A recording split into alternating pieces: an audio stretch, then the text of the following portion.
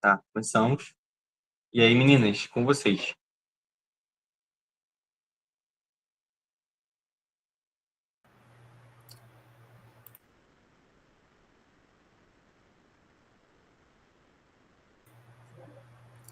Boa noite, pessoal. Eu vou apresentar as meninas para vocês, as nossas apresentadoras de hoje. Vocês colocaram a fotinha de vocês?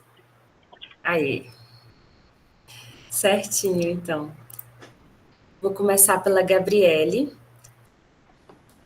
Gabriele, graduanda em Psicologia pela Universidade Federal Rural do Rio de Janeiro, atua como estagiária no atendimento clínico em psicoterapia cognitivo-comportamental através do Serviço Escola de Psicologia da UFRJ.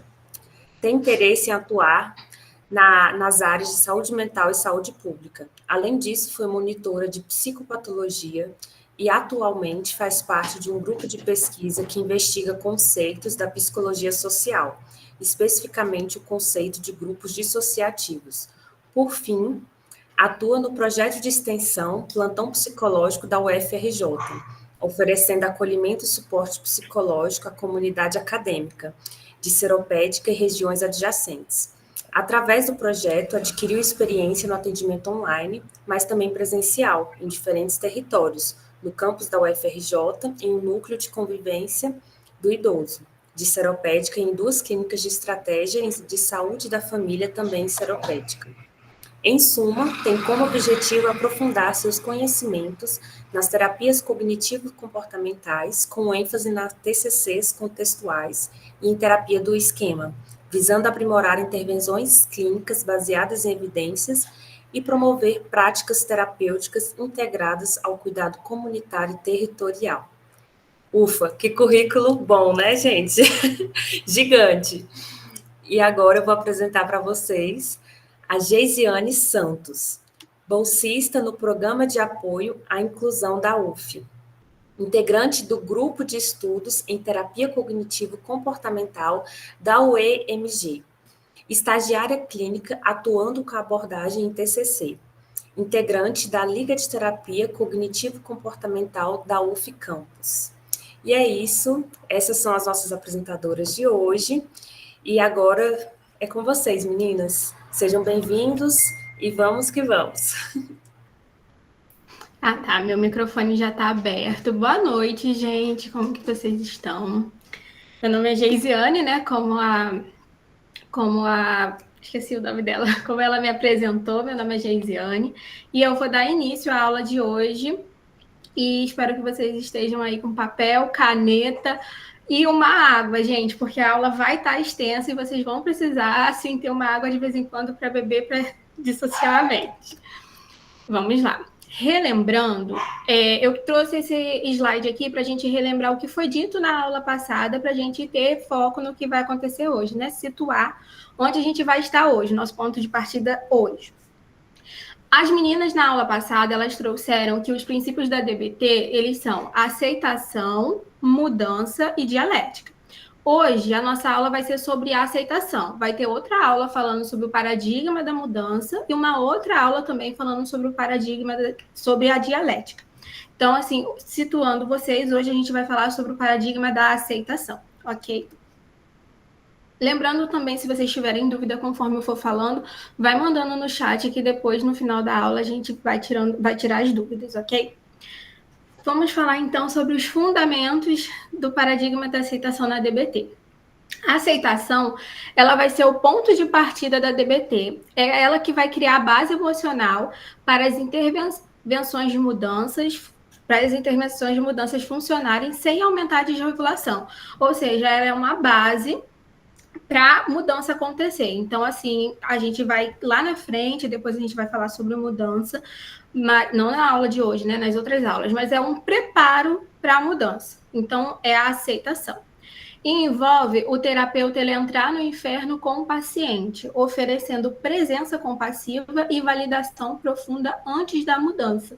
Então, o terapeuta, ele entendeu o problema do paciente dele, ele entendeu o que está acontecendo com o paciente dele, E, de fato, entrar no mundinho ali, sabe? E sem pressa, sem com medo, com pressa de vamos rápido nem nada. É, de fato, entender e ser compassivo ali com o paciente. De fato, entrar no problema com o paciente para entender o que está acontecendo.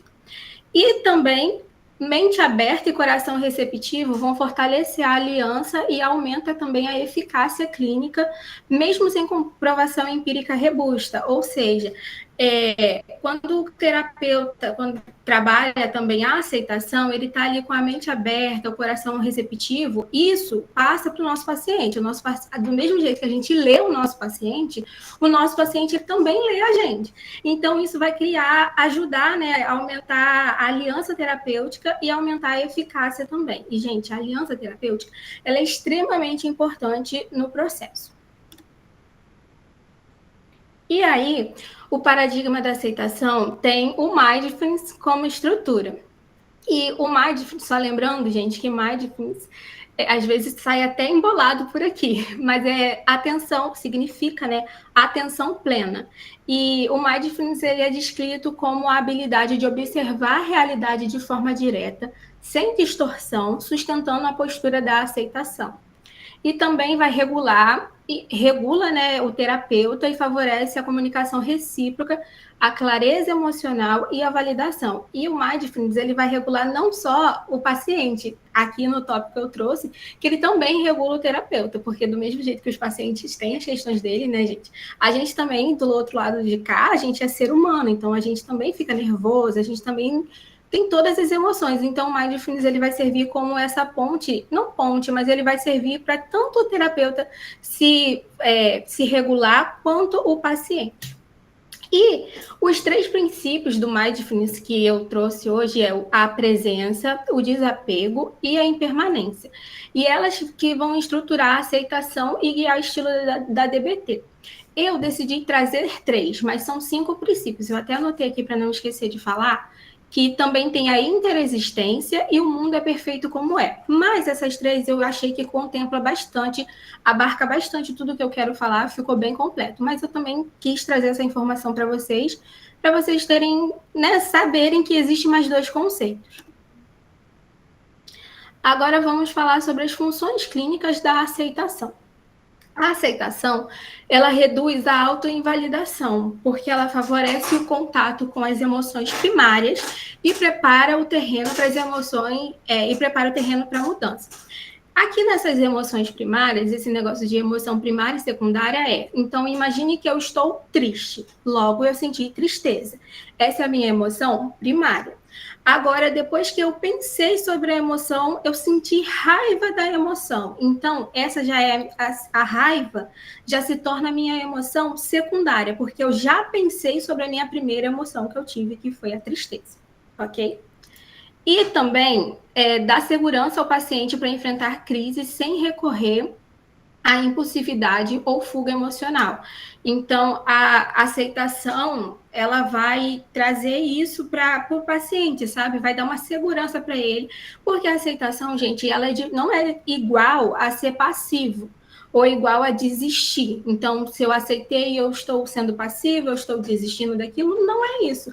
A aceitação é a gente aceitar o momento como ele é, a situação como ela é, mas não significa que a gente vai desistir ou vai ser passivo diante daquela situação. Não, a gente está aceitando a situação como ela é, vendo ela no claro, assim, como ela é. E também, né, regula o terapeuta, reduzindo a frustração e a pressa e promovendo um processo dialético estável. Perdão. Agora, falando sobre os princípios abrangentes da DBT, a gente tem, né, consciência no momento presente, desapego e impermanência, né, que foi o que eu já tinha introduzido antes para vocês. Consciência do momento presente. O momento presente, ela é a única realidade concreta. O presente é tudo que a gente tem. Se eu te perguntar assim, daqui a 5 minutos, vai estar chovendo? Eu não sei te responder. Talvez você não saiba. Mas se eu te perguntar assim, agora, onde você está chovendo? Você sabe me responder, porque é o presente. E o presente é tudo que a gente tem. Então, o presente é a única realidade concreta que a gente tem. O passado e o futuro vão ser interpretações mentais que distorcem as nossas percepções. O presente é o que a gente tem, é o agora. E a ancoragem no agora vai evitar que o paciente seja capturado por memórias traumáticas ou expectativas ansiosas, o que é muito normal de acontecer. O paciente ele pode estar aqui agora e pensando em outras coisas. Mas eu tenho medo de acontecer isso, eu tenho medo de acontecer aquilo, indo para o futuro, ou nossa, se eu tivesse feito diferente, se eu tivesse falado aquilo, indo para o passado. E assim, a gente vai trabalhar aqui com o presente, porque é o que a gente tem. E também vai sustentar todos os módulos da DBT, né, que eu acabei de falar, que é o que a gente vai trabalhar com isso, porque a gente vai trabalhar com o momento presente.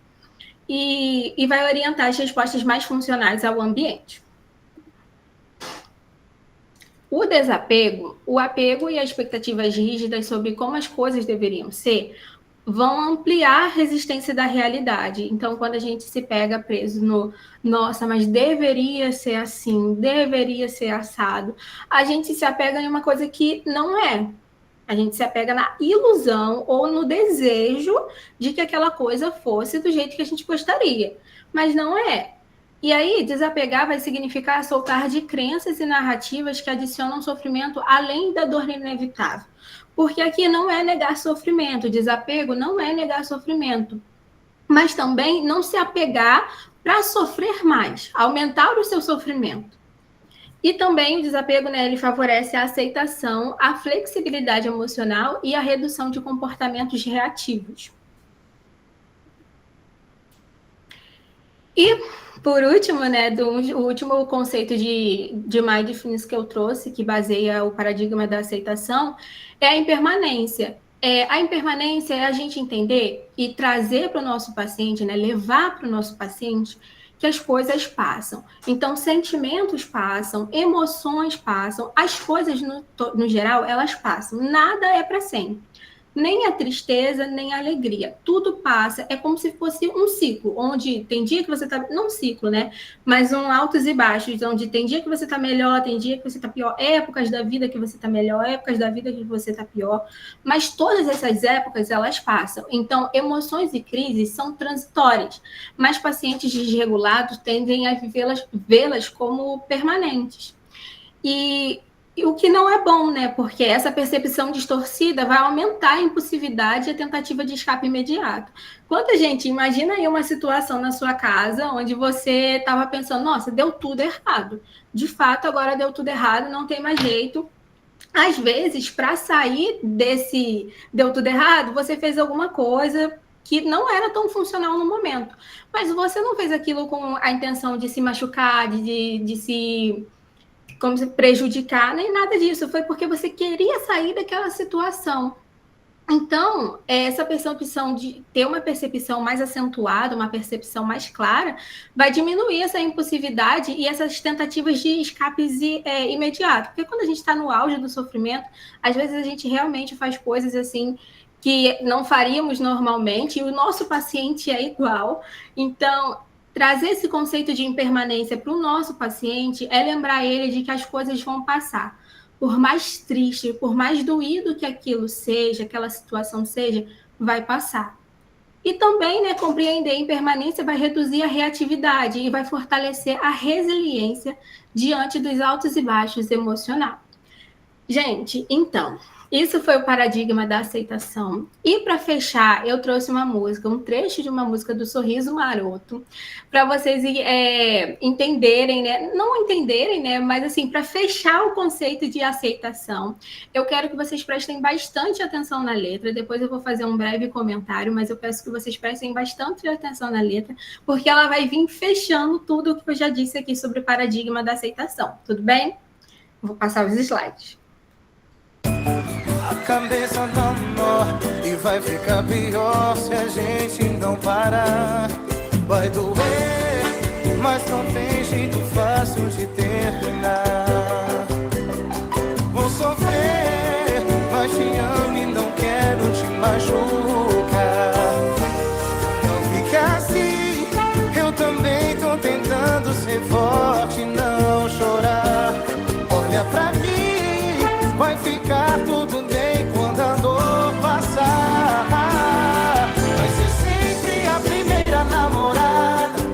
amor não vai sair de mim por nada. Vocês gostaram?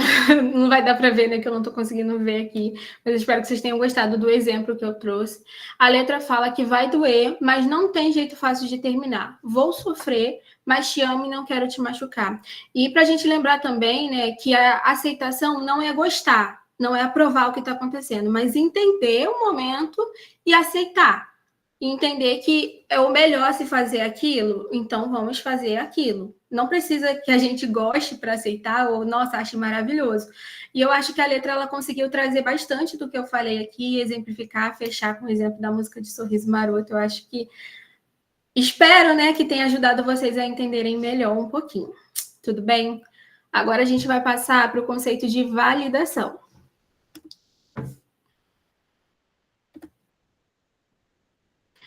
Vamos falar agora sobre as funções da validação na DBT. A validação, ela equilibra estratégias de mudança, reduzindo o risco de ruptura e abandono do tratamento. Eu usei um livro que eu esqueci o nome todo dele, gente, mas é do Charles. No final vai estar nas referências. E o livro traz um estudo, né, onde foi feito um estudo com 2 grupos de pessoas. Um era mais focado na mudança e outro era mais focado na validação.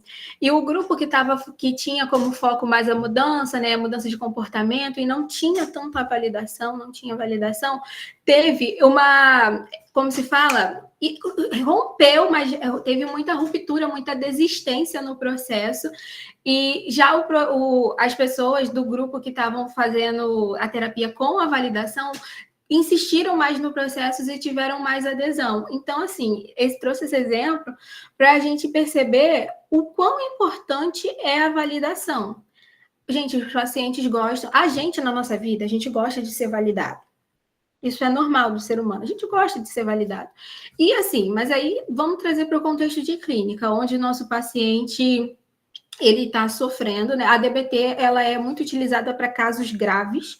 Então, vamos trazer para o contexto de clínica, onde o nosso paciente ele está sofrendo, onde ele tem questões, assim, muito pesadas, e a gente olhar para ele e falar, eu entendo o que está acontecendo. A gente validar esse paciente, isso é maravilhoso, e é claro que isso vai aumentar vínculo. E também, né, outra função da DBT é facilitar o contato com emoções primárias, né, aquelas emoções que a gente sente de primeira sem questionar, evitando as respostas secundárias desadaptativas, né? Então, assim, eu validei, isso vai me ajudar a não ter uma segunda resposta, uma resposta secundária desadaptativa. E também vai reforçar o progresso, sustenta vínculo e aumenta o engajamento terapêutico, né? Porque é muito bom ser validado, gente. E aí, agora que a gente já entendeu as funções da validação, vamos entender agora o que é a validação. Validar é reconhecer, compreender e comunicar a validade de um fenômeno dentro do contexto do paciente. Não cria validade, apenas identifica e confirma o que já é logicamente compreensível. E também exige precisão, empatia, comunicação compatível com o estilo do paciente. Ok? E agora vamos para o primeiro passo. São 3 passos, tá? O primeiro passo é entender o comportamento. O terapeuta ele deve compreender a emoção, a situação e a história que originam aquele comportamento. Então, imagine que seu paciente chegou para você e falou assim, nossa, eu dei um grito com meu irmão. Mas ele já estava me irritando há muito tempo, eu sei que isso é errado, mas eu dei um grito com meu irmão. Você está entendendo a história do porquê que ele gritou com seu irmão. É claro que você não vai validar o grito, mas assim, você entende o contexto, né? Empatia é essencial para evitar validações superficiais ou percebidas como falsas. Eu sempre gosto de dizer que quando a gente está com um amigo ou quando a gente está com alguém, a gente sabe quando aquela pessoa não quer conversar com a gente ou quando aquela pessoa está assim, é verdade, só concordando com a gente, só por concordar. O nosso paciente, ele tem a mesma sensação. Ele sente também, gente. Ele é uma outra pessoa. A gente está ali em posição de terapeuta, mas ele sente. Então, é muito importante a gente ter esse cuidado e também ter empatia para evitar essas validações superficiais, sabe? Na verdade, uma coisa mais assim jogada, o paciente ele percebe, a gente do mesmo jeito que a gente percebe o paciente, ele nos percebe. A validade do comportamento existe independente da nossa opinião, então ela existe. E dependente do que eu e você a gente acha, a validade do comportamento ela existe. Segundo passo, que é determinar o valor da verdade. A validade ela é analisada considerando presente, passado, presente e futuro do nosso paciente e vai utilizar 5 formas de raciocínio: autoridade, consenso, intuição, dedução e mente sábia. Autoridade, então, por exemplo, estamos validando e aí você fala, nossa, faz sentido esse comportamento, um exemplo, faz sentido esse comportamento porque livros, estudos comprovam que tal coisa e tal coisa e tal coisa. Então, a gente valida conforme alguma autoridade. Consenso geralmente acontece assim, quando X caso acontece, Y caso tem Y caso como resultado. Então, isso é um consenso. Indução é com base na história do paciente. E dedução é tipo, eu acho e tal. E mente sábia é um equilíbrio entre raciocínio lógico e emoção, se eu não me engano. E também torna o comportamento compreensível sobre estratégias, perspectivas temporais e lógica. Agora vamos falar sobre a validação com base no passado. Comportamentos atuais podem ser compreendidos quando alinhado ao histórico de aprendizado ou constituição biológica do nosso paciente. Quando a gente vai ver, muitos dos comportamentos dos nossos pacientes têm origem no passado. Alguma coisa aconteceu ali no passado, então os comportamentos deles têm essa origem. Então é importante a gente entender e fazer, né? Tem também essa possibilidade da gente fazer essa validação com base no passado do nosso paciente, mas se a gente não entende muito bem o passado do nosso paciente, fica um pouco difícil da gente fazer essa validação. E reconhece origens lógicas do comportamento, sem justificar ou reforçar padrões prejudiciais. E também reduz a vergonha e favorece a compreensão em si. Então, quando um paciente te traz um caso, você fala, nossa, faz sentido, porque lembra no seu passado, quando isso, quando aquilo, quando você traz dados do paciente para ele mesmo, isso vai reduzir a vergonha e favorecer a compreensão dele mesmo, porque é um exemplo, você está pegando a validação e baseando com a validação do passado dele, ou seja, é dele, ele conhece a história. Agora, a validação com base no futuro. Só um minuto, gente. Um comportamento, ele pode ser válido quando coerente com os objetivos, valores ou metas futuras do paciente. Imagine que uma paciente sua chegou para você e falou assim, nossa, vamos supor que ela quer muito passar para concurso, mas ela não estava conseguindo estudar para concurso por N motivos, e ela chega para você e ela fala, nossa, estou conseguindo estudar 30 minutos todos os dias, já tem uma semana. E aí você valida ela com base no futuro. Você fala, caraca, você está de parabéns. Esse comportamento que você está tendo está super de acordo, porque quando você vai estudando, você vai tendo repertório para fazer a prova e conseguir alcançar o seu objetivo, que é fazer a prova do concurso. Então, você está validando a sua paciente com base no futuro. E aí, vendo, né, falando para ela, olha, você está de acordo com seus objetivos, você está de acordo, está agindo de acordo com seus valores, de acordo com aquilo que você quer para você no futuro. E ajuda a identificar ações que fazem sentido dentro do projeto de vida da pessoa, né? E também fortalece direcionamento e sentido terapêutico, né? Porque aí a gente vai vendo nosso paciente está fazendo o que a gente combinou em sessão, e aí vai vendo, né, fortalecendo aquele direcionamento e também o sentido terapêutico, ok? E agora, a validação com base no presente. Vai avaliar o contexto e o comportamento, avalia se o contexto ou o comportamento adequado ao contexto atual, considerando normas, evidências e lógica. Exige entregar critérios sociais, raciocínio empírico, dedutivo e mente sábia. e deve aparecer em toda a sessão para reforçar a competência e a funcionalidade. Aqui, a validação, diferente das que a gente já falou, né, que é passado e futuro, a validação aqui ela vai ser com base no presente. Então, e é bom que a gente tenha uma validação ali em toda a sessão, né, porque como eu já falei, a gente gosta de ser validado, os nossos pacientes também. E para além de uma coisa de ego, é terapêutico, né? Tem estudos sobre isso e realmente funciona. Agora, falando sobre o passo 3, tudo isso, gente, só para lembrar, a validação com base no passado, presente e futuro estava dentro do passo 2, tá? Que é avaliando a validade. Passo 3, comunicar a validade. A validação, ela deve ser transmitida de forma clara, ajustada ao ritmo e estilo do nosso paciente. Então, assim, tem que validar do jeito que o seu paciente entenda que você está validando para ele. Tem que ficar claro que você está fazendo uma validação. Ele tem que se sentir validado através da sua validação.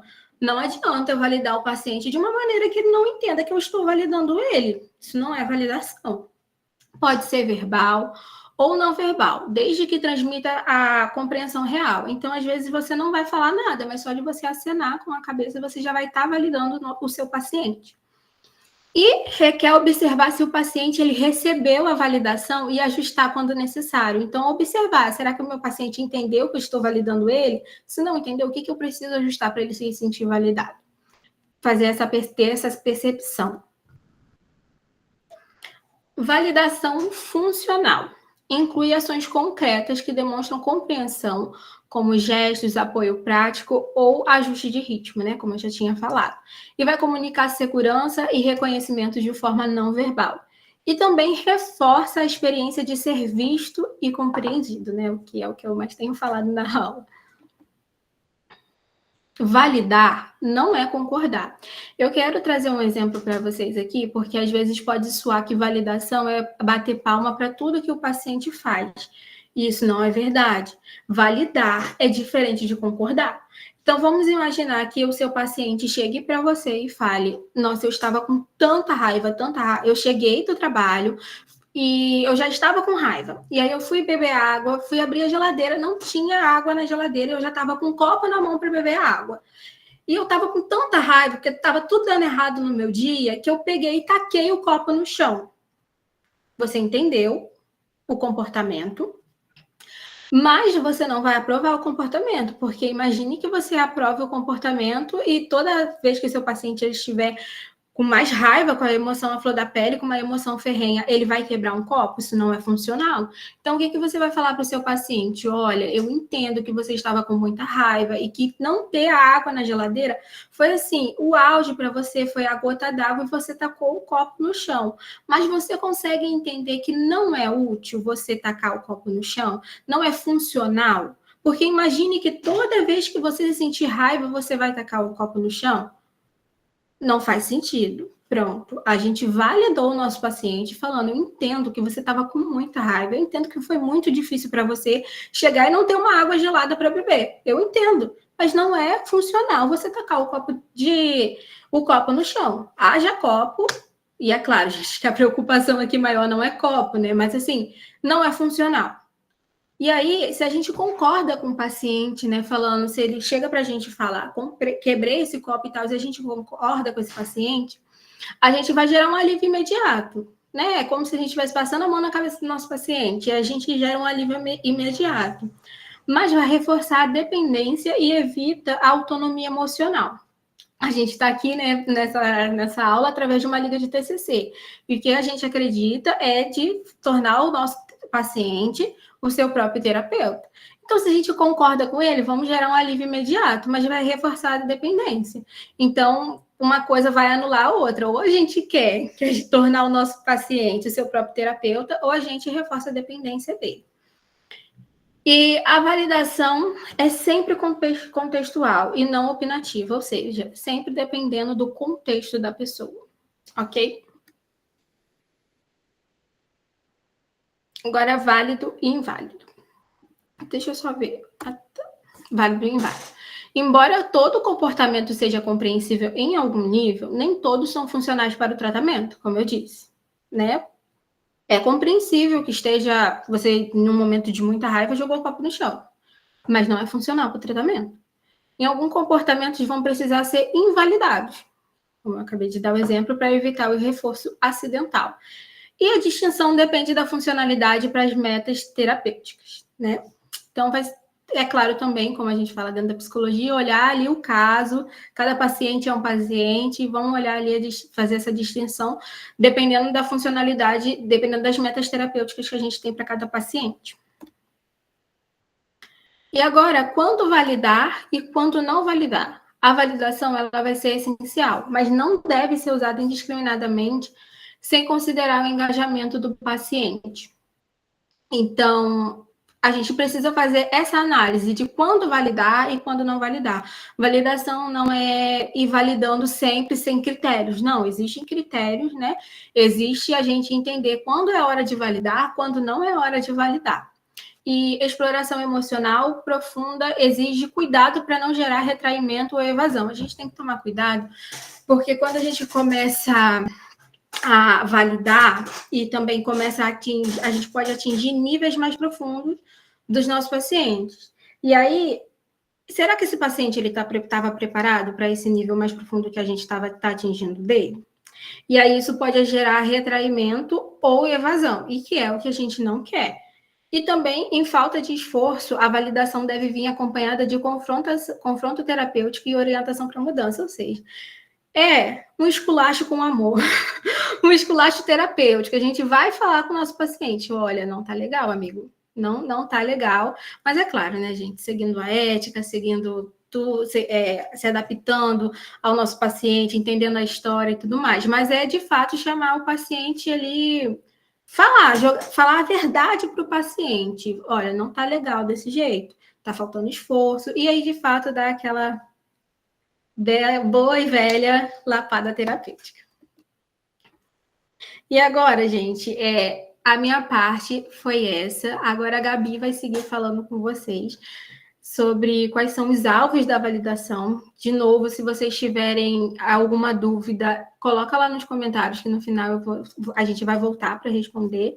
Eu espero que tenha ficado claro para vocês o que é aceitação e alguns pontos da validação, ok?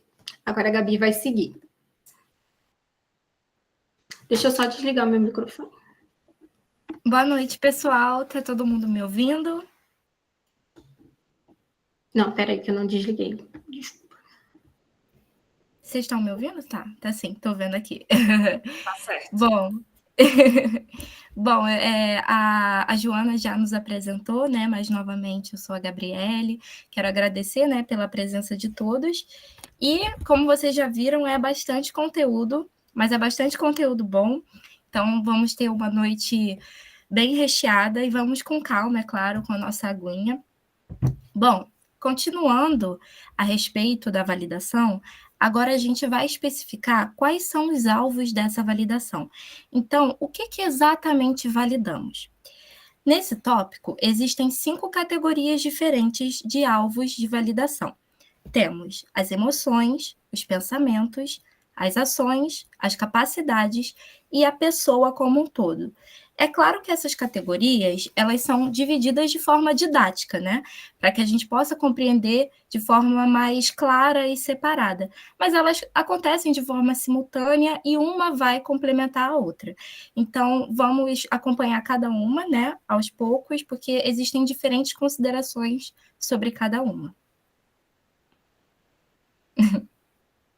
Oi. Bom, a primeira categoria é a categoria das emoções. E o Swenson é o principal autor que eu trago aqui para explicar essa parte da validação para vocês. E ele focaliza bastante a importância das emoções para o trabalho na DBT. Ele diz assim: a DBT precisa ser uma terapia focada em emoções para fortalecer a capacidade de regulação emocional de cada paciente. E por que esse foco, né? Na DBT, a gente se depara com muitos pacientes que têm um grau de sensibilidade e reatividade emocional mais elevado do que a média de outras pessoas, né? E além desse grau mais elevado, há um retorno mais lento à linha de base, após uma resposta emocional muito intensa, né? Então, a gente percebe aqui essa dificuldade de regulação emocional.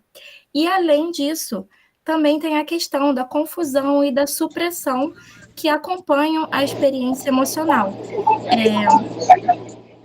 Acho que o áudio da Amanda está ligado.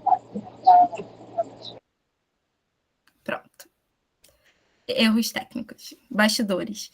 Então, continuando, além disso, tem a questão da confusão e da supressão que acompanham a experiência emocional. A Geise já trouxe um pouco sobre isso, né? Que essa tentativa de fugir de emoções primárias, emoções que muitas vezes são desconfortáveis, são tidas como negativas, por exemplo, a tristeza, né? Então, uma tentativa de fuga dessa tristeza. Às vezes, essa confusão de não saber o que é raiva, o que é tristeza, o que é vergonha.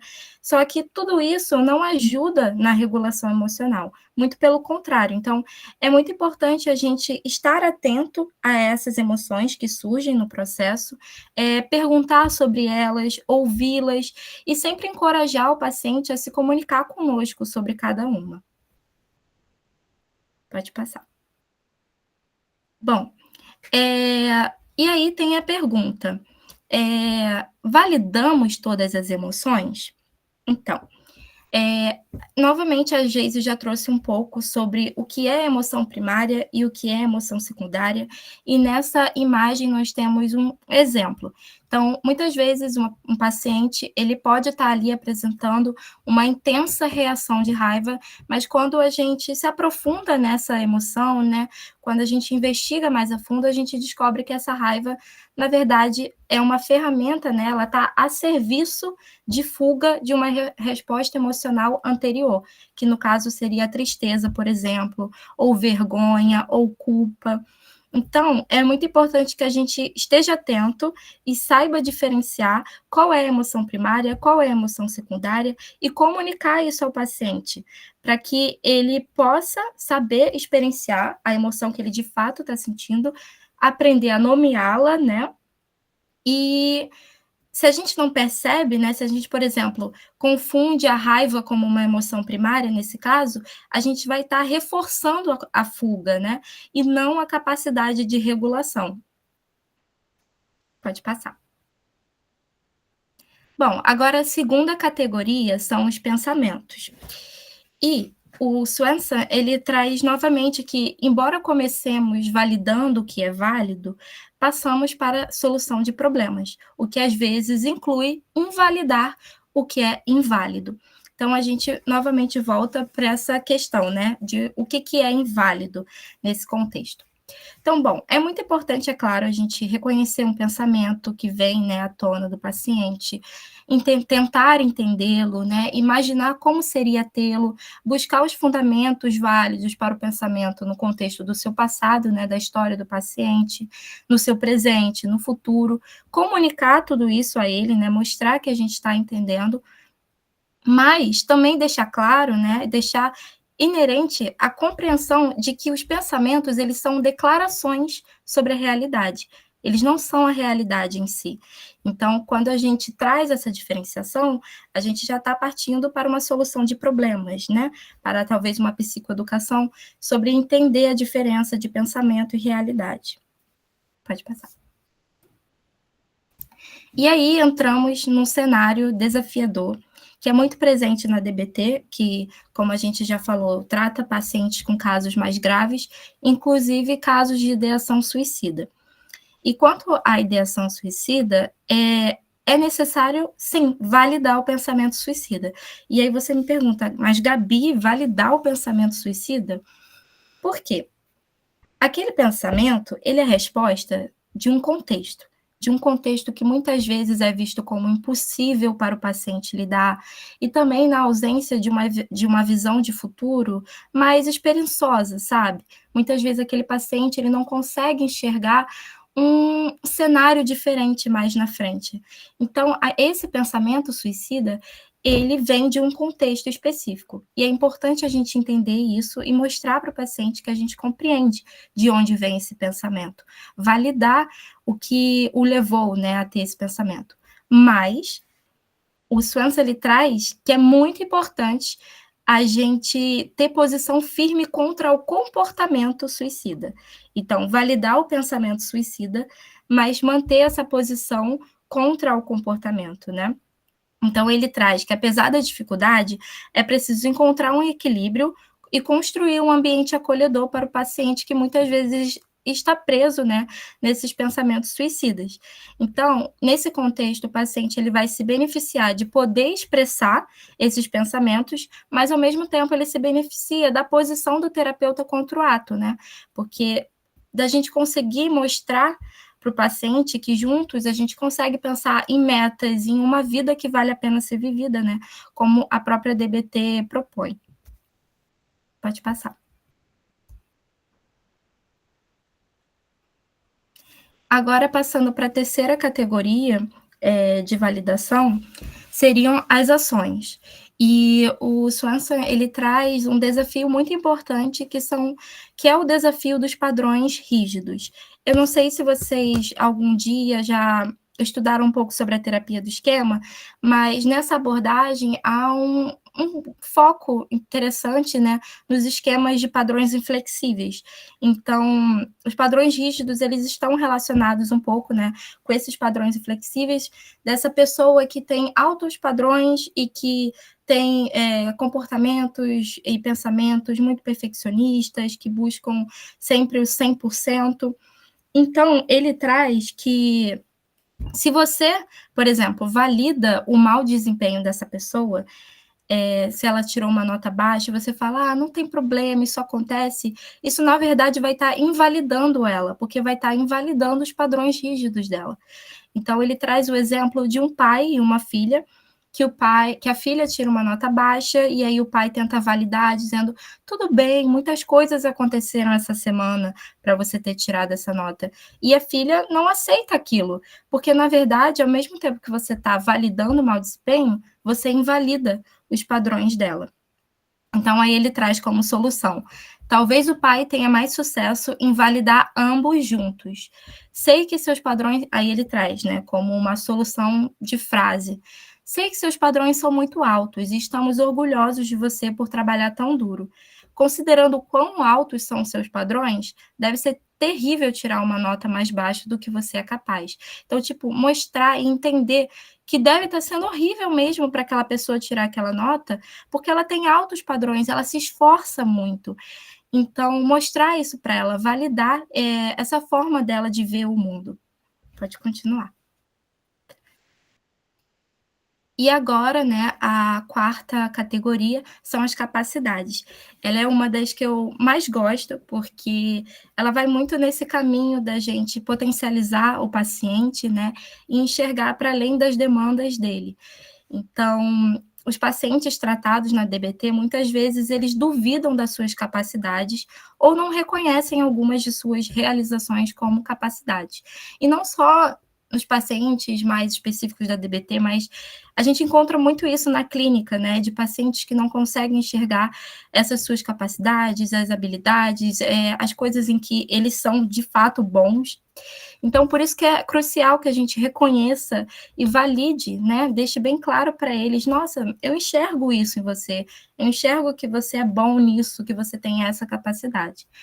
Então, por isso que é importante trazer esse foco, porque muitas vezes o processo terapêutico ele acaba sendo muito focado nos problemas e as capacidades, a potência do indivíduo, às vezes, fica em segundo plano. Pode passar. Mas há dois lados aqui, né? Há uma certa contradição. Muitos pacientes, eles podem se preocupar em serem vistos como capazes em um domínio, porque isso traz para eles um medo de que, já que eles foram vistos como capazes, eles agora vão ter que ser capazes ao longo da vida, em todos os momentos naquela área. Então, traz uma certa insegurança. Então, por isso eles acabam evitando o reconhecimento e a aceitação de suas capacidades, porque isso pode levar a essa crença que a gente trabalha muito na TCC, da distorção cognitiva, de tudo ou nada. Então, eles vão ter que dar os 100%, mas não é bem assim. Então, há duas soluções nesse caso. Destacar as capacidades usando apenas pinceladas breves, assim, de forma mais despretensiosa, ou acompanhar a validação das capacidades com a validação do medo. Então, ao mesmo tempo que você demonstra, né, essas capacidades, você trabalha o medo que ele está sentindo, a insegurança, mostrando que não é esperado que ele seja 100%, que ele dê tudo de si o tempo inteiro. Pode passar. E, por fim, como categoria, né, de foco de validação, temos a pessoa como um todo. E, novamente, eu gostaria de fazer uma relação com uma outra abordagem, porque o próprio Swenson faz. E isso é muito importante, gente, porque por mais que a gente esteja trabalhando as TCCs aqui, é sempre importante a gente reconhecer que cada abordagem ela traz uma nova visão, né, para a nossa prática da psicologia. Então, o Swenson, nessa categoria de enxergar a pessoa como um todo, ele se refere muito a algo próximo do afeto positivo incondicional da abordagem centrada na pessoa de Rogers. Então, o que significa esse afeto incondicional? Basicamente o que a gente citou no início de entrar no inferno, né, com o paciente, que a Linehan traz. Então, mostrar para ele que ali é uma viagem, que vocês vão viajar lado a lado em busca das suas metas, e que apesar e junto com os comportamentos problemáticos dele, ele ainda assim merece, ele não é menos merecedor de respeito e compaixão do que nós terapeutas, né? Então, mostrar isso para ele, validar o paciente como um todo, com seus comportamentos problemáticos, com a sua potência, com a sua demanda, validar ele dessa forma. E quando devemos validar, né? Aqui a gente falou bastante sobre validação e pode acabar aparecendo, né? O Swenson traz que alguns terapeutas podem pensar erroneamente que a validação é o objetivo ou a essência do tratamento em DBT, o que não é. A meta final da DBT é a busca por uma vida que vale a pena ser vivida, por meio de metas especificadas, né, que se constrói durante o processo terapêutico. A validação é uma das intervenções que pode vir a ser, né, uma ferramenta para chegar lá, para chegar nesse fim. Então, ela é um meio para um fim e não um fim em si mesma.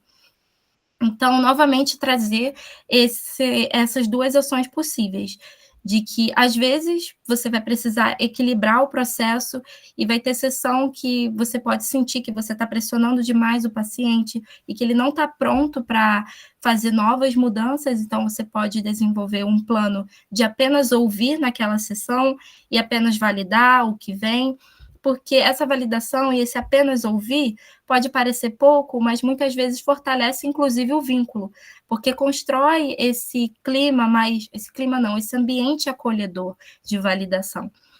Porém, em contrapartida, né, usar só a validação e, principalmente, usar a validação quando o paciente não tem sido colaborativo, vai correr o risco de reforçar comportamentos passivos, né, e essa falta de solução de problemas.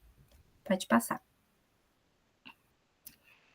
E aqui chegamos à metade, né, mais da metade da aula, e temos a palavra-chave ali em cima, que a Joana vai colocar no chat também. A palavra-chave é atenção, então fiquem atentos. Bom, aqui a gente está chegando à última parte, né, o último conceito da validação, que são os 6 níveis de validação. A Linehan, ela articulou os 6 níveis de validação como 6 diretrizes ou estratégias que se constroem mutualmente, né? E é como uma declaração bem concisa de como os terapeutas da DBT eles devem validar. Então, os primeiros 3 níveis de validação, eles estão ligados a entender o comportamento do paciente. Então, todo esse movimento de empatizar com ele. O quarto e o quinto, ele está relacionado à validade em relação ao contexto do paciente, e o nível final, ele fornece diretrizes para validar o indivíduo como ser completo. Pode passar. Eu vou explicar de 3 em 3, né, aos poucos, então vamos aos pouquinhos. O primeiro nível de validação, ele é muito importante e ele é a base para todos os outros, e ele diz da importância de estar verdadeiramente presente e atento.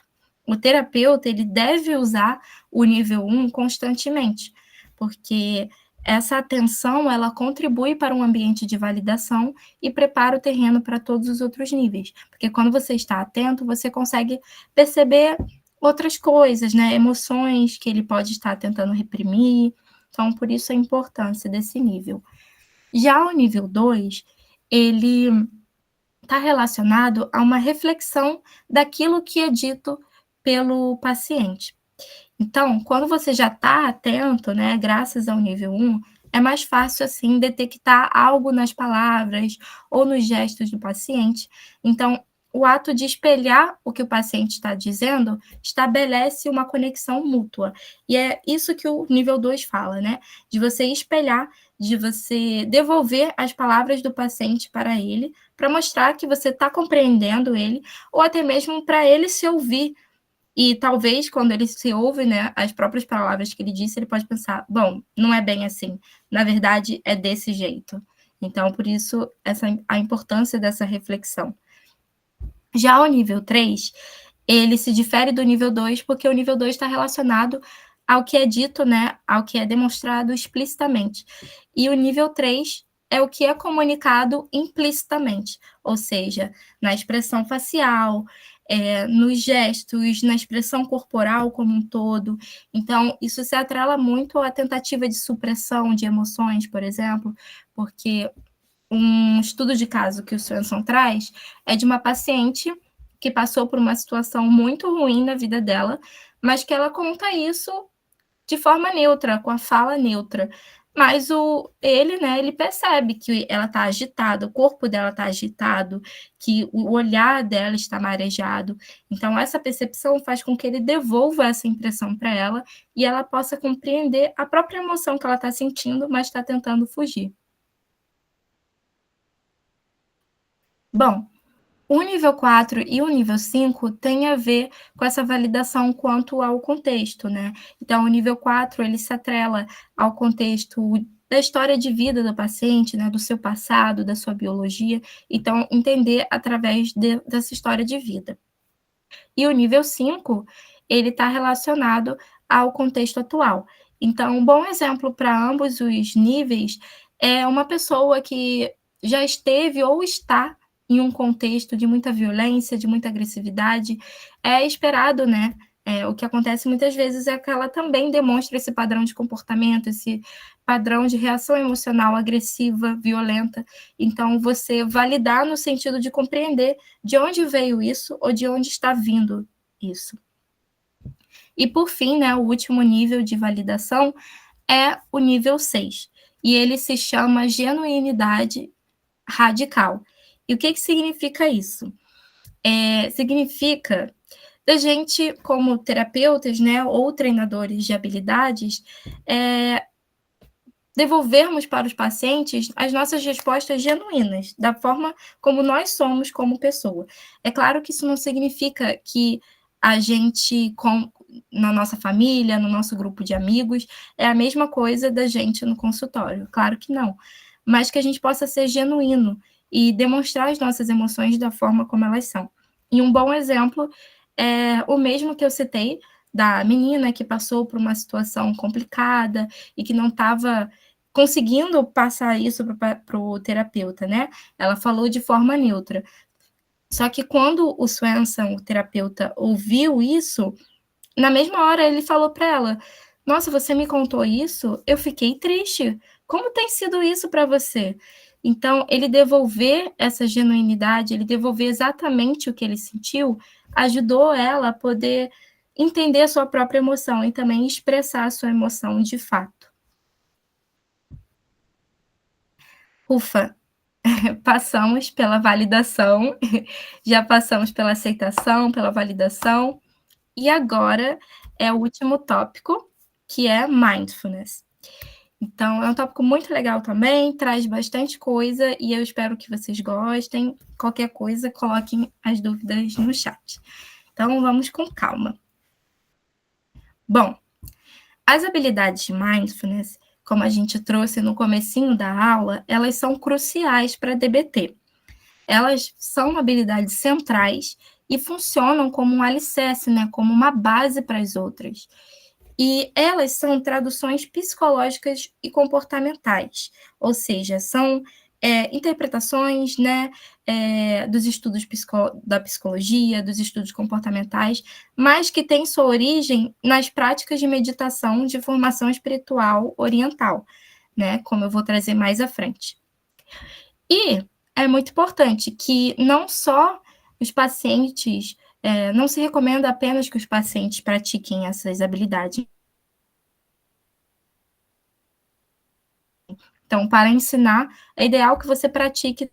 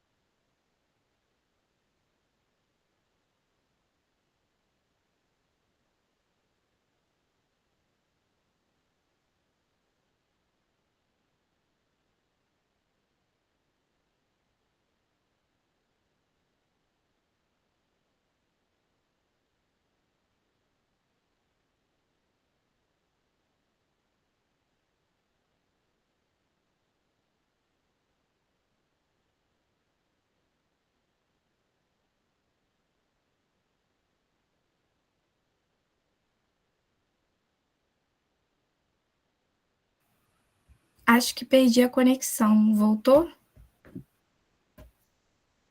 Sim. Ai, gente, mil perdões. Tudo Mas é certo. aquilo. Não tem como controlar. Acontece. Aceitar a situação como ela é. Aceitação radical, isso mesmo. Aceitação radical. Não há como controlar. Bom, então vamos continuar. Voltando, a gente estava falando sobre mindfulness, né? Então, voltando a nossa atenção plena aqui para a aula. Bom, esse primeiro slide a gente já falou, né? Já introduziu um pouco.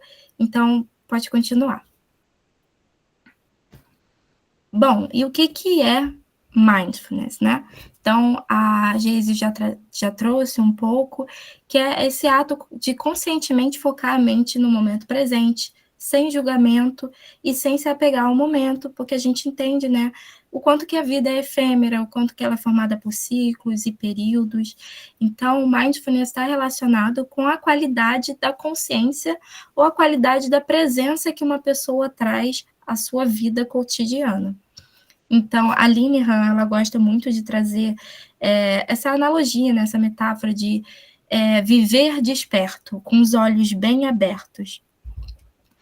E a Linehan, ela se inspirou em práticas zen budistas para chegar, né, aos estudos de mindfulness, e houve, é claro, uma junção de práticas contemplativas ocidentais, orientais, e o respaldo de conhecimentos científicos sobre os benefícios de se permitir experimentar os momentos e as emoções, em vez de suprimir, né, ou evitar, ou tentar mudar as coisas como elas são. Pode passar. Bom, continuando, eu trouxe algo que eu acho que é muito importante, que algumas pessoas podem pensar, mindfulness é meditação, e não é bem assim. Às vezes a meditação é erroneamente considerada o núcleo da mindfulness, né, de mindfulness, mas, embora a meditação implique-se em mindfulness, porque a meditação é uma forma, né, de atenção plena, o inverso não é necessariamente assim. Então, mindfulness não requer meditação. Então, meditação não é uma única forma, né? E aí eu quis trazer esse trecho da Linehan, porque eu acho que diz muito sobre a nossa realidade, né? Sobre o nosso dia a dia, que está sempre corrido, cheio de preocupações. Então, a Linehan, ela traz assim, que temos que abrir os nossos olhos e ver. Ora, muitas pessoas dizem, ficam com os olhos abertos o tempo todo. Contudo, se olharmos para elas, vamos perceber que não estão olhando para o momento. Estão olhando para o seu passado, estão olhando para o seu futuro, estão olhando para suas preocupações, estão olhando para os seus pensamentos. Ou seja, estão olhando para todos os outros, praticamente tudo, exceto para o momento presente. Pode passar. E aí eu introduzi o que seria a mente sábia, mas a gente vai ter uma aula mais focada no conceito de mente sábia, né? Mas é mais para a gente entender um pouco sobre quais são os objetivos dessas habilidades de mindfulness. Então, eu trouxe aqui um esqueminha para ficar mais fácil da gente compreender. Em DBT, existem 3 estados primordiais da mente, e eles são apresentados dessa forma. Mente racional, mente emocional e a mente sábia, que é o caminho do meio, né? A síntese, o equilíbrio dessas duas mentes. Então, uma pessoa está em mente racional quando ela aborda a realidade, o conhecimento de modo principalmente, especialmente racional, lógico, e atende somente a fatos empíricos. Então, aqui na imagem, diz que aqui somos regidos por fatos, razão, lógica e pragmática. Valores e sentimentos são deixados mais de lado, em segundo plano. E uma frase que é muito pertencente, né, essa ação da mente racional é: não tenho tempo para isso, tenho mais o que fazer. Então, de momentos em que a gente tenta evitar trabalhar emoções, trabalhar sentimentos, para tentar ser pragmático, tentar ser racional, mas o quanto que isso também pode ser prejudicial para a nossa própria regulação emocional. Já a mente emocional, que é o outro lado, né, o outro extremo de ação, diz que a pessoa, quando está em mente emocional, o pensamento e o comportamento são controlados principalmente pelos estados emocionais atuais. Então, a pessoa age, ela pensa através de um filtro emocional que é muito intenso, né? Então, acaba sendo dependente do humor que está sendo apresentado e muito focado nas emoções. Então, uma frase que pode trazer na prática para vocês é: eu estava fora de mim quando falei aquilo. Então, isso acontece muito, de às vezes você está com muita raiva e você faz algo que depois você se arrepende, ou que você estava muito triste. Então, funcionar através da mente emocional é dessa forma, né? Que acaba deixando a razão, a lógica pragmática de lado. Então, são 2 extremos. E a mente sábia, né, como eu já disse, é a síntese da mente emocional e da mente racional, e, ao mesmo tempo, ultrapassa, né, esses 2 modos extremos de agir. Pode passar. E aí, né, para complicar um pouco a nossa vida, tem mais outros estados mentais, mas que também são importantes para a gente entender um pouco o objetivo das habilidades de mindfulness, que são os 2 estados: modo fazer, que eu vou chamar de o que fazer, e o estado como fazer. E esses 2 estados, eles também são relevantes para essas habilidades, porque a mente sábia, ela também pode ser considerada uma síntese da mente, o que fazer, e a mente, né, como fazer. Então, essas habilidades, elas vão ser os veículos para equilibrar a mente emocional com a racional e a mente o que fazer com a mente como fazer. E outros conjuntos de extremos da mente e ação para alcançar a mente sábia e a ação sábia.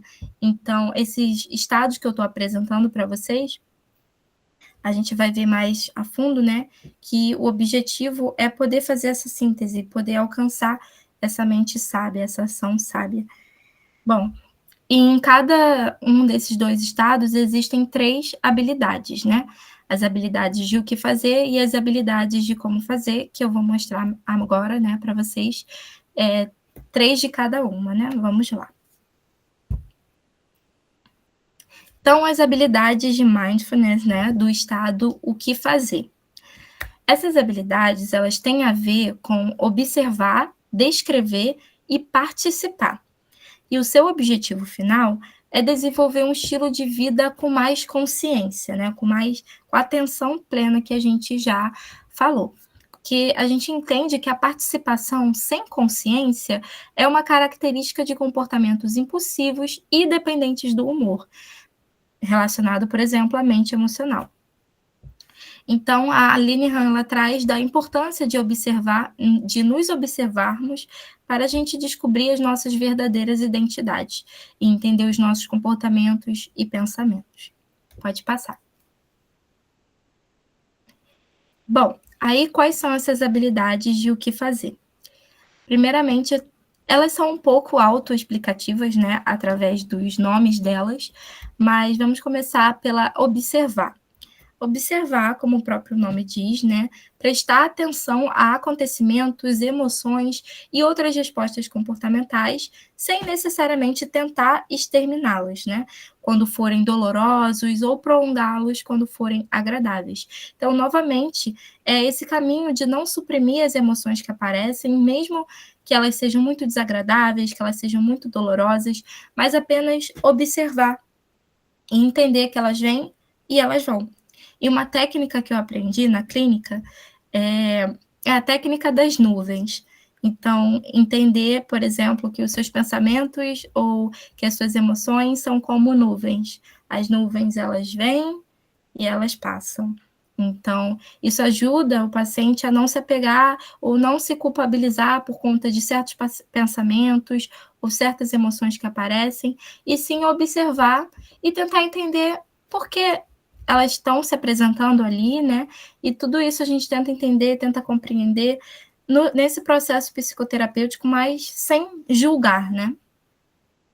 Quanto a descrever, consiste em descrever eventos e respostas pessoais em palavras. Então, aprender a descrever exige que o indivíduo aprenda a não tomar as emoções e os pensamentos como reflexões precisas e exatas da realidade, né, dos eventos ambientais. E isso está muito atrelado a essa capacidade de diferenciação entre o que é pensamento e o que é realidade. Então, um exemplo que a Linehan trouxe é de uma pessoa que pensa que ninguém a ama. Isso necessariamente é verdade? Isso faz parte da realidade? Não sabemos, né? É aquela questão da Judite, né? Esse pensamento é 100% verdadeiro, ou uma parte dele é verdadeira. Então, é essa capacidade de diferenciar o que é pensamento, o que é realidade. E até mesmo nos transtornos de pânico, dos sintomas fisiológicos que a pessoa sente, como coração acelerado, respiração acelerada, e de saber descrever. Tá bom, estou tendo uma respiração acelerada, estou apresentando um coração acelerado, um batimento acelerado. Isso necessariamente significa um ataque cardíaco? Não. Então, essa capacidade de descrever sem tomar reflexões precisas. E, por fim, participar, que é basicamente participar sem inibição. E eu já trouxe um pouco disso, né? De que muitas vezes a gente está passando por um evento, por um momento, e a gente não está participando de verdade. A gente muitas vezes está pensando em preocupações, está pensando no futuro, está pensando no passado. Então, de ter a capacidade de participar completamente das atividades do momento presente. Pode passar. E agora, as habilidades de como fazer. E eu trouxe essa imagem que eu acho que deixa um pouquinho mais nítido para a gente, né? Temos aqui uma pessoa e um cachorro, mas poderia ser 2 pessoas também, porque é o que mais acontece com a gente. Enquanto a pessoa está passeando pelo parque, mas ao mesmo tempo está pensando em 1000 coisas, o cachorro está simplesmente pensando no parque em que ele está passeando. Ele está pensando no sol, ele está pensando nas árvores. Então, isso traz a forma de como a gente participa, né? Como a gente observa, descreve e participa. Então, temos 3 habilidades relacionadas ao estado mental como fazer, que é adotar uma postura não julgadora, focar em uma coisa de cada vez, né? E fazendo o que funciona. Pode passar. Bom, essas são as habilidades como fazer. Os nomes também são um pouco autoexplicativos, mas a primeira ela está relacionada a essa postura não julgadora. Então, adotar uma abordagem não avaliativa, não julgar algo como bom ou ruim, ou como um rótulo de maus. E isso é muito importante, né? Como eu já mencionei, a técnica das nuvens, que muitos pacientes eles se culpabilizam pelos seus pensamentos, se culpabilizam pelas suas emoções. Então, adotar essa postura não julgadora é importante para não criar rótulos, né? De você é uma pessoa ruim, você é uma pessoa boa. Isso depende do contexto, depende do que é esperado, das normas de um determinado contexto. Quanto à segunda habilidade, é uma coisa de cada vez. E é o que a gente menos faz, porque muitas vezes, por conta da faculdade, dos estudos, a gente não consegue concentrar a nossa mente, né, em uma coisa de cada vez. A gente, às vezes, está fazendo 2 coisas ao mesmo tempo, 3 coisas ao mesmo tempo, ou ainda, quando a gente está fazendo uma coisa, a gente está pensando na outra coisa que a gente vai fazer depois. Então, quanto que é importante ir aos poucos, né? E, por fim, ser efetivo, que é usar meios hábeis, né? Então, o que de fato funciona na realidade, no contexto daquela pessoa. Isso se atrela à crença de que isso deveria ser assim, isso deveria ser daquele jeito. Mas, então, aceitar as coisas como elas são, né? A realidade, e usar o que dá certo, usar os meios hábeis. Então, isso também se relaciona a nem sempre a gente vai conseguir dar o nosso 100% e vamos acabar desenvolvendo habilidades ou formas de lidar com uma situação que talvez não alcance as nossas expectativas, mas é o que funciona. Então, se ater a isso. Pode passar.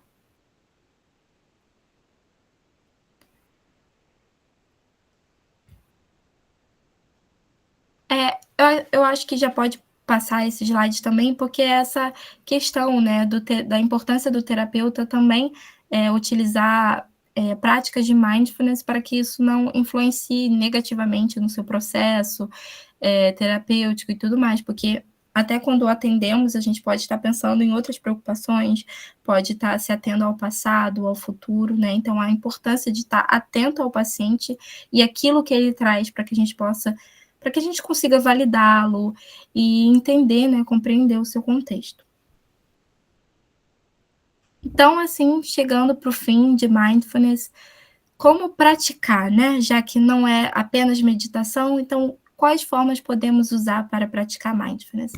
Existem várias, e a Linehan traz que mindfulness pode ser praticado em qualquer momento, em qualquer lugar, enquanto se faz qualquer coisa. É necessário apenas prestar atenção intencionalmente ao momento, sem ser julgador, ou se apegar a ele, né? Ou seja, entender, né, a impermanência do momento. Então, onde utilizar mindfulness? Eu trouxe alguns exemplos como meditação, dança, artes marciais, caminhadas com consciência focada em andar, mover-se no mundo natural, ou seja, você prestar atenção de fato no seu corpo, no seu caminhar, no ambiente que está na sua volta. A Linehan traz a música, como, por exemplo, música com percussão de tambores, para que você consiga prestar atenção à sua respiração.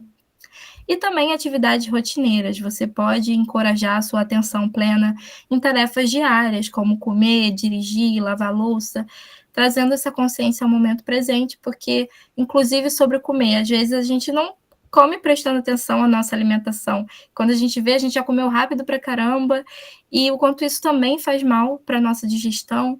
Então, a importância de estar atento a cada tarefa que a gente realiza no dia a dia. Então, chegamos ao fim. Ufa, foi bastante coisa. E para a gente poder recapitular, né, e juntar tudinho, eu trouxe um exemplo da cultura pop, que é o filme Divertidamente 2. Eu imagino que a maioria conheça. Bom, em Divertidamente 2, a gente pode observar muitos desses conceitos que a gente viu hoje. Então, aceitação, validação, mindfulness, da DBT durante a trajetória da Riley. A Riley, no segundo filme, talvez dando spoiler para alguns, ela está passando por esse período de transição, né, da infância para a adolescência. E a gente sabe o quanto esse momento traz muitas mudanças, inclusive traz novas emoções, como a temida ansiedade. A ansiedade é essa laranjinha e a Riley é essa menina loira, né, que é a protagonista. E aqui temos um exemplo que a ansiedade diz: temos que ajudar a Riley a se preparar. É hora de enviar todas as coisas possíveis que podem dar errado. Ou seja, aqui a gente já pode ver a falta de atenção plena ao momento, né? Porque a Riley acaba se engajando em pensamentos sobre o futuro e não consegue dormir. Passa a noite toda pensando em formas de dar errado na competição dela. Então, a gente já inicia um pouquinho, né, esse exemplo, mas eu trouxe uma cena do filme para vocês, que vai ficar mais nítido os outros conceitos. Eu espero que vocês gostem. Eu sou egoísta. Eu sou boa. Não sou boa o bastante. Eu sou uma pessoa legal. Eu preciso ser aceita. Eu preciso ser o mesmo. Eu sou forte. Mas eu tenho o sucesso. É cometo erros. Sou da hora. Eu sou ruim. Sou uma boa amiga e péssima amiga. Eu sou forte. Preciso de ajuda.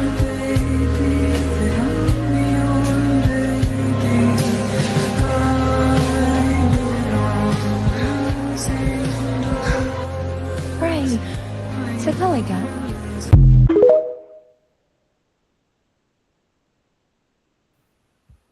Bom, eu não sei se todo mundo já viu essa cena, né? Eu vi esse filme no cinema e foi uma cena muito marcante para mim. Chorei horrores, porque ela é muito forte, né? E acaba fazendo com que muitas pessoas se identifiquem, principalmente por estar relatando, né? Demonstrando um período de crise de ansiedade, né? Então, o que a gente pode observar nessa cena? Os pensamentos acelerados, né? A dificuldade de atenção plena, que a Riley ela estava participando de uma competição, mas ela fica pensando em várias coisas ao mesmo tempo, pensando que ela precisa ganhar, que ela precisa ter sucesso. Mas também, né? O que eu mais vejo aqui, o que eu acho de mais importante é a aceitação, né? Eu não sei se vocês viram, né, os dois filmes, mas a alegria é uma emoção no filme que ela tenta a todo custo suprimir as outras. Então, ela vai muito por esse caminho de suprimir as emoções negativas, ela não aceita que a Riley tenha momentos de tristeza, tenha momentos de ansiedade, tem que ser sempre alegre, sempre feliz. E no segundo filme, ela finalmente entende que a Riley é feliz, a Riley é triste, a Riley é ansiosa, que a Riley é uma pessoa boa, mas ao mesmo tempo ela é egoísta, que ela é tudo isso, e ela aceita do jeito que ela é, todas as emoções a aceitam do jeito que ela é, da forma como ela é, e aí todo mundo, né, abraça essa formação de crenças dela, né? E também a importância de validar... Eu sou egoísta. Eu sou boa. Não. A importância de validar as emoções, os pensamentos e os comportamentos da Riley, né, que surgiram por conta do contexto de mudanças desse período, né, da adolescência, que é marcado por muitas mudanças, então a importância da gente validar. E, por fim, é claro que validar e aceitar também requerem mudança, e após essas experiências, a gente acompanha o processo de transformação da Riley, ela aprende com os erros dela, né, com esses comportamentos, porque por conta da competição ela começa a demonstrar muita agressividade, muita raiva, mas ela aprende com isso e começa a realizar pequenas mudanças na vida dela. Então, assim a gente consegue perceber um pouco de cada conceito da DBT, né, e por isso que eu achei muito legal de trazer para vocês.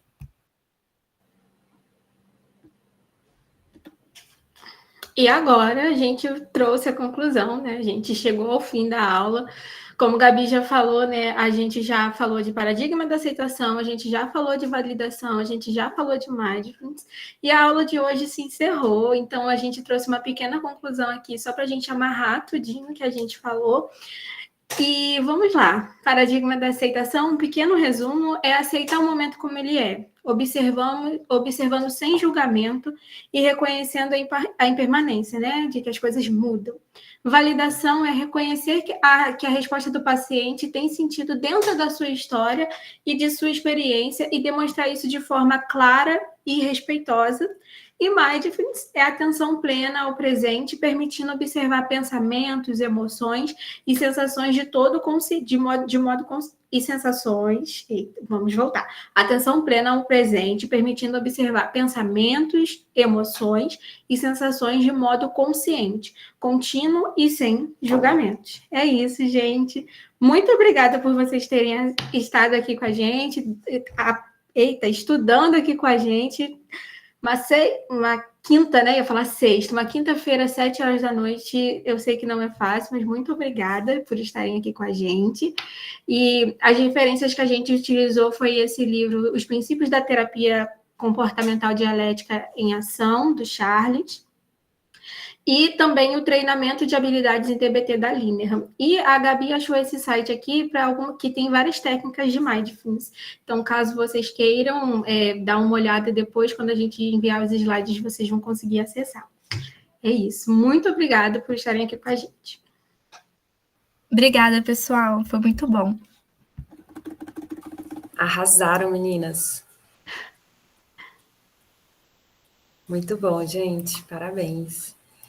E agora vamos abrir para as dúvidas. Eu anotei aqui algumas perguntas e eu vou começar a ler. A Victoria Silva, ela perguntou se vem de alguma base da ACT, se a DBT vem de alguma base da ACT. Bom, posso responder, Geise? Você quer falar? Sim. Então,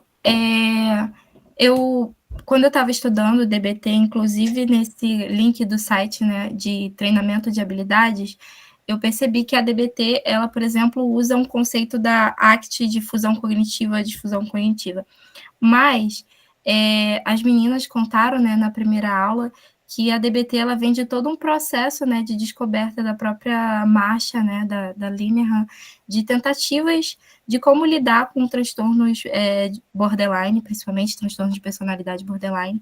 Então, foram tentativas com o processo de aceitação, validação, depois a dialética, né, que é a mudança. Então, eu acredito que é uma contextual, né, considerada contextual, mas que seguiu um caminho diferente da ACT, né, foram processos diferentes. Muito bom, isso mesmo, excelente.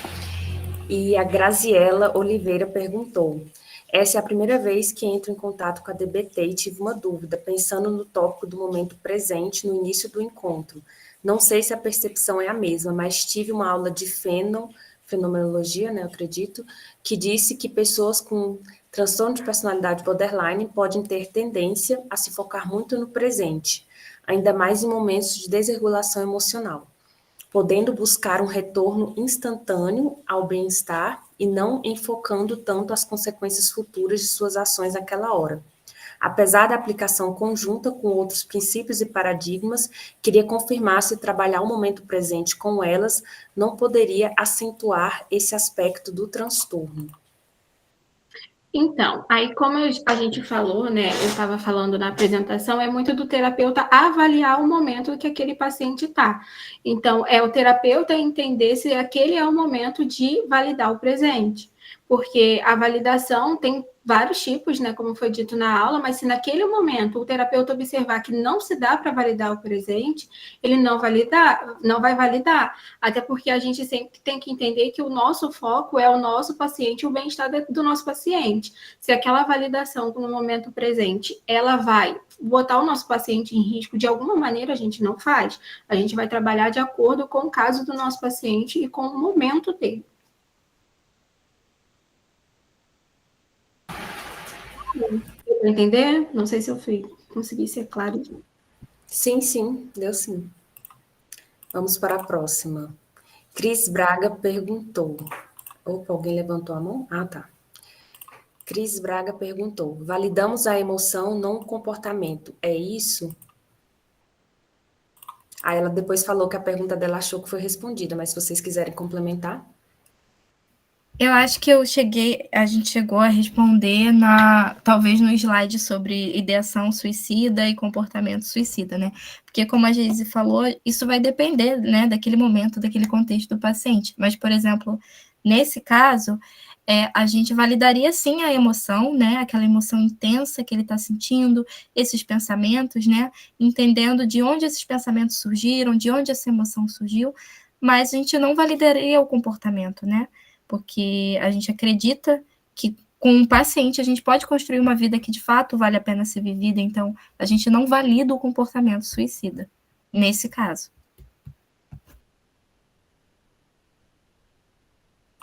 Perfeito. Vamos para a próxima pergunta. Graziela Oliveira. Qual a base que a DBT acredita ser para a origem dos episódios de desregulação emocional do paciente com transtorno de personalidade borderline? Digo, uma origem neurológica, apenas contextual, ambas ou algum outro tipo? Essa pergunta aqui alguém respondeu no chat para ela, mas se vocês quiserem complementar também. Qual foi a resposta? Que a gente não eu ia conseguiu ler. Responderam que foi o ambiente invalidante mais desregulação emocional. Ambiente validante, e a invalidação emocional.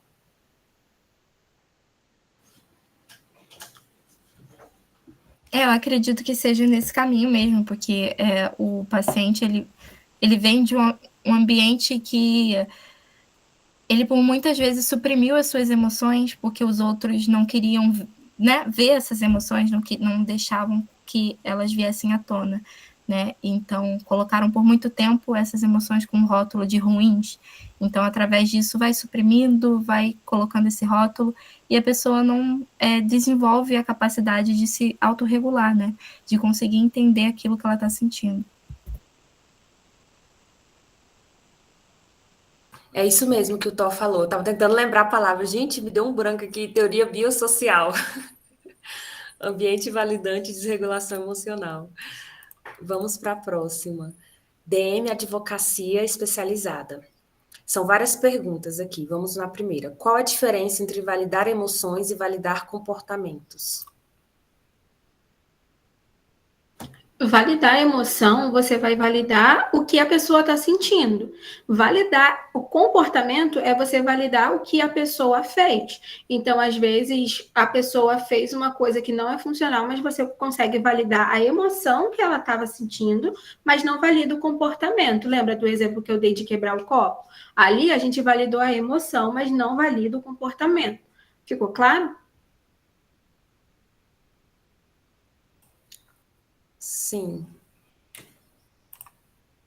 Vamos para a próxima. Como a invalidação repetida ao longo da vida contribui para a desregulação emocional, segundo a DBT?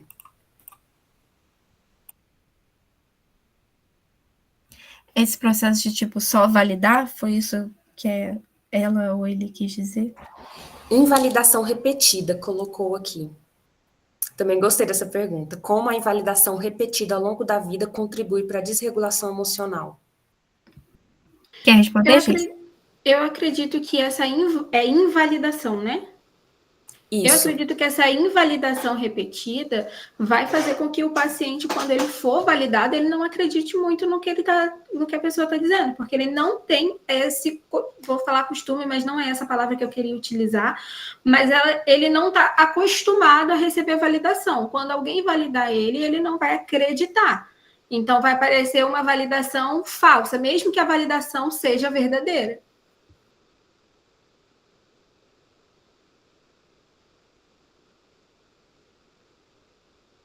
A dúvida foi respondida? Esqueci de perguntar se tinha sido respondido. Sim, respondeu que sim. Então, vamos aqui para a próxima. Como a prática de mindfulness contribui para a regulação emocional na DBT? Pode repetir o final, por favor? Como a prática de mindfulness contribui para a regulação emocional na DBT? Nesse caso, tipo, mindfulness, por exemplo, tem uma das habilidades, né, é de observar o que você está sentindo, descrever a forma como que é os pensamentos e a emoção, mas sem julgar. E eu acredito que isso ajude muito na regulação, principalmente quando a gente fala sobre supressão de emoções. Então, se a pessoa coloca o rótulo como mal, né, como ruim, negativo, ela acaba não entrando em contato com essas emoções. Então, poder observar sem julgar é muito importante para esse caminho da regulação.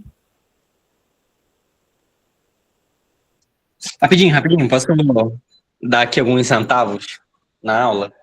Esse assunto, né, de como o mindfulness ele pode servir como regulação emocional, isso é muito interessante, na verdade, porque o mindfulness, você não está atuando exatamente na regulação emocional, você não está atuando ali na dimensão da emoção, você está atuando na dimensão da atenção. E aí o que acontece? Dependendo do estilo atencional, né, da mesma forma que a gente pensa em estilos cognitivos, a gente pensa também em estilos atencionais. Dependendo do estilo atencional do paciente, isso pode contribuir para a manutenção de regulação emocional. Então, ele pode ser... Imagina, por exemplo, o paciente que ele está muito ansioso, pensando no futuro, como tudo vai dar errado, enfim, etc. E isso vai fazer ele se sentir mal, né? Só que você trazendo a atenção para o presente, você meio que... como posso dizer? Você muda o estilo atencional, né? E aí isso deixa de ser um fator mantenedor do problema. Mas, a princípio, o mindfulness não é para você se regular emocionalmente. Inclusive, muita gente, quando faz, e já aconteceu comigo uma vez, pode se sentir muito mal. Pode ser altamente desconfortável, sabe, fazer mindfulness para algumas pessoas em alguns momentos. Então, não necessariamente isso significa algo para ser relaxante e tudo mais. Então, cara, pergunta muito maneira, muito absurda. Eu tinha que me meter, não me segurei. Muito bom mesmo. É isso aí, a gente prestar atenção, né, nas nossas emoções. Próxima pergunta. Quais são os componentes de aceitação radical e em que momentos clínicos ela é indicada?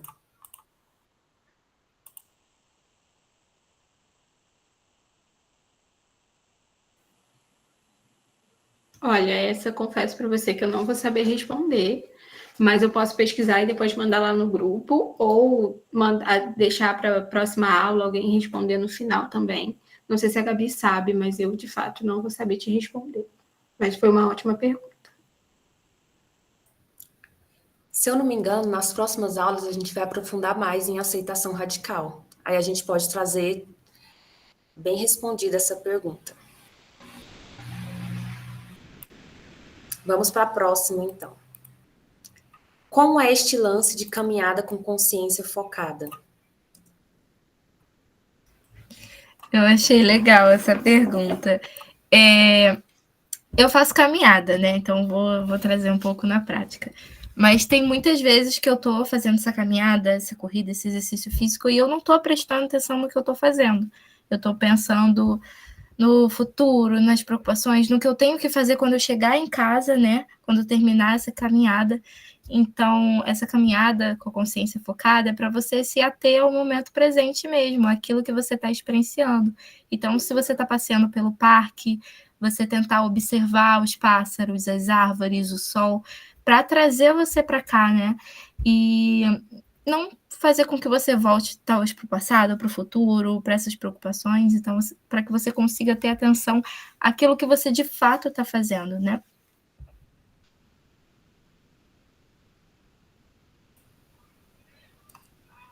Bacana, isso mesmo. Acho que a dúvida foi respondida, né? Tem outra pergunta aqui, Maria Beatriz Silva.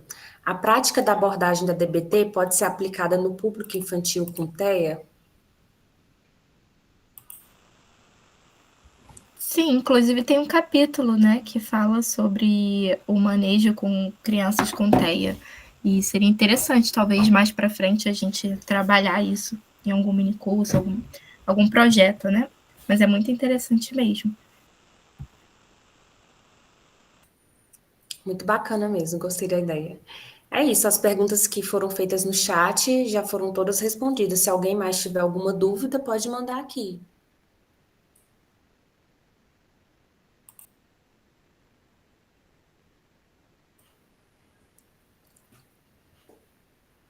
Alguém mais, gente?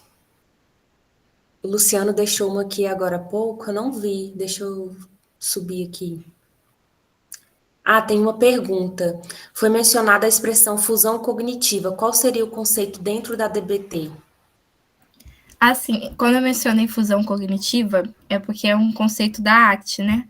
E aí, por exemplo, no link que eu mandei de treinamento de habilidades, de mindfulness, eles usam o conceito de fusão cognitiva para explicar a técnica, né? Então, foi mais uma questão de, como é que fala? De usar um outro conceito, de uma outra abordagem para complementar, né? Mas é um conceito que é mais explicado em ACT. Inclusive, tem aqui um mini curso da Liga de Ensino sobre ACT, gravado no YouTube. Então, se vocês tiverem mais interesse para conhecer, seria muito legal vocês assistirem no YouTube. Isso mesmo. Também a Camila perguntou, é contraindicado em algum caso específico? No caso mindfulness, que ela estava se referindo. Acho que o Thor respondeu, né, Thor? Oi? Se mindfulness é contraindicado? Isso. Em algum caso específico.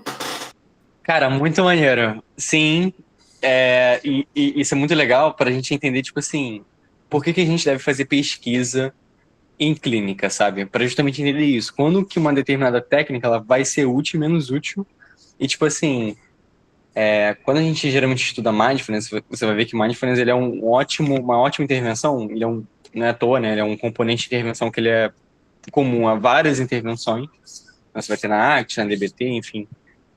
Você vai ter TCC baseado em mindfulness. Você pode pensar que mindfulness, caramba, é mil maravilhas, ele vai ser útil sempre, você tem que fazer sempre com todo paciente, enfim. Quando, na verdade, não. Eu sei que com pacientes que tem transtorno do pânico, na hora que ele estiver tendo um episódio de pânico, ele não é indicado você fazer mindfulness com ele. Isso pode piorar o caso clínico. O que você pode fazer é aquela técnica que, se eu não me engano, é tip ou stop da DBT que a gente vai ver na próxima aula. E aí já fica o convite, já fica de gancho para vocês virem para a próxima aula, beleza? Muito bom. Aham. Se tem gente que não se adapta ao mindfulness, assim, não vai funcionar. Acho que nenhuma técnica, né? Nenhuma abordagem vai funcionar 100% para todo mundo. E aí existem outras formas, sabe? Mas Eu já vi gente falar que fica mais estressada quando para fazer atenção plena, então depende do caso, né? Uhum.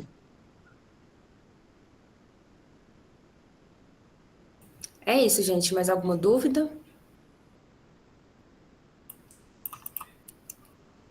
Então, acho que a gente pode encerrar por hoje, né? E fica o convite, igual o Thor falou, o gancho para a nossa próxima aula, nosso próximo encontro, quinta-feira.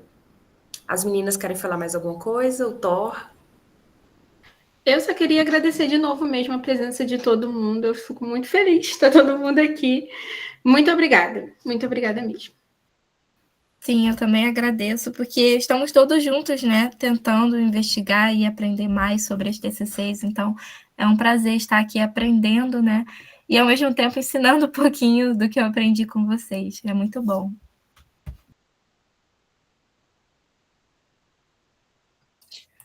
Gente, eu queria comentar só como a aula foi incrível, vocês, tipo, arrasaram muito. Foi muito maneiro ver todos esses conceitos, né? E eu acho que a aula foi muito completa. Eu diria que principalmente na parte de validação, a DBT, ela consegue pegar esses conceitos e, tipo, aprofundar muito. Então você sabe o que validar, quando validar, com que postura validar, o que é válido, o que é inválido, enfim. E vocês conseguiram passar isso pra gente, sabe? Eu acho que foi uma aula mais do que satisfatória.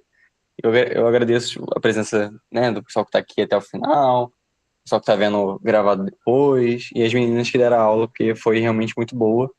E eu mantenho o que eu disse na primeira aula, né? Cara, as meninas estão jogando padrão muito lá em cima, cara. Então a próxima aula vai ser minha. Eu tô preocupado, entendeu? Eu vou ter que manter o padrão. Enfim, e faz parte, sabe? Não foi fácil, eu sei, mas acabou, deu certo. Agora eu sei que vocês tiraram um peso enorme das costas e certamente estão muito aliviadas agora, né? É isso. É isso aí, meninas, parabéns. Foi excelente a aula. Obrigada a todos pela presença. E não percam o próximo encontro, viu, gente? Aula 3. Boa noite para todo mundo. Boa noite, pessoal. Wanda, a palavra-chave, você perdeu, é atenção.